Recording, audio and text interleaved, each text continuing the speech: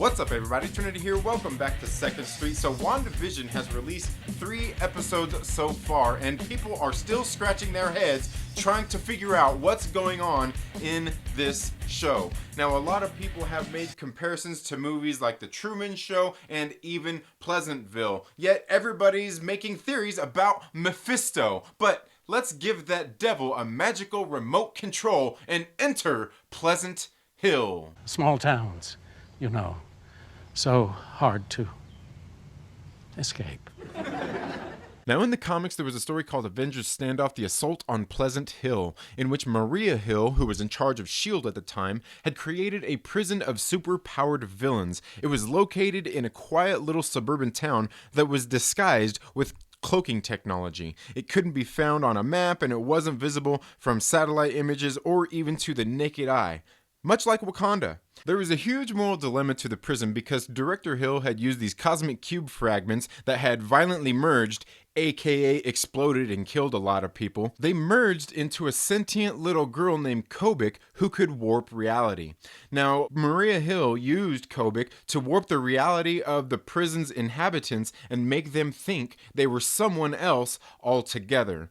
Now, in this small town, they also had agents who lived in the town to monitor the prisoners and even paid actors who were under NDAs to live in the town to make it feel a little bit more normal. Eventually, one of the villains imprisoned, the Fixer, created a machine that would reveal one's true identity, and there was eventually a prison break led by Baron Zemo, in which they eventually imprisoned the Avengers there.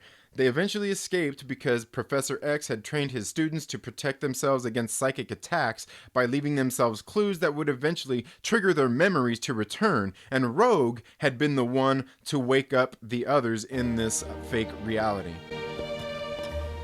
Strucker, he'll make time for you.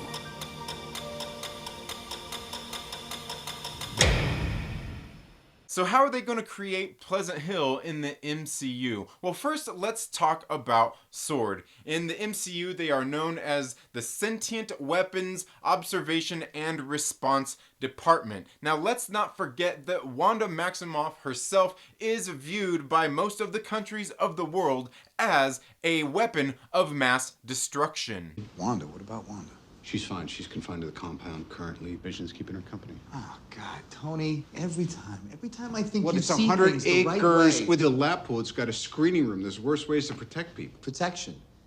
Is that how you see this? This is protection? It's internment, She's Tony. not a U.S. citizen, and they Oh, don't come grant on, visas Tony. to weapons of mass She's a destruction. kid. Give me a break! I'm doing what has to be done to stave off something worse. You keep telling yourself that. So in the MCU, it's not hard to imagine that S.W.O.R.D. has replaced S.H.I.E.L.D. And remember the last time we seen Secretary Ross, he was not looking too happy.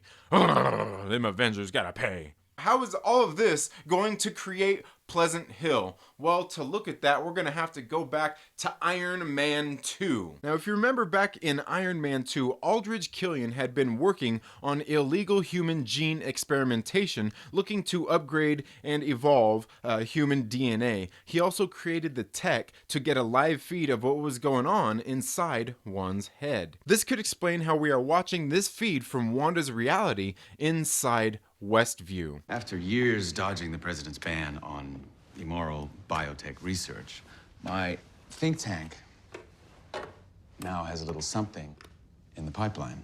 Regard the human brain. That's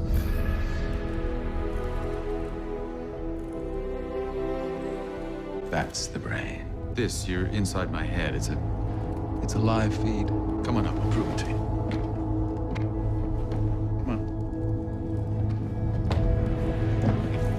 Now, pinch my arm. I can take it. Pinch me. What is that? It's the primary somatosensory cortex. It's the brain's pain center. But this is what I wanted to show you. This is essentially an empty slot, and what this tells us is that our mind, our entire DNA, in fact, is destined to be upgraded. So as you can see, Aldrich Killian has created and he's been mapping out the mind, and he has a way to tap into a live feed of one's own mind. But we're gonna need just a little bit more than that, right? How are we gonna build this prison that Maria Hill created? Well, let's go ahead and take a look at Captain America Civil War and even Spider-Man Far From Home, when Tony Stark once again appropriated somebody else's technology. Ooh, you know that Tony Stark. Now in Captain America Civil War and Spider-Man Far From Home, we learned that Tony Stark had once again appropriated someone else's technology. Binarily augmented retroframing, or BARF. Oh, $611 million for my little therapeutic experiment. He renamed my life's work, Barf.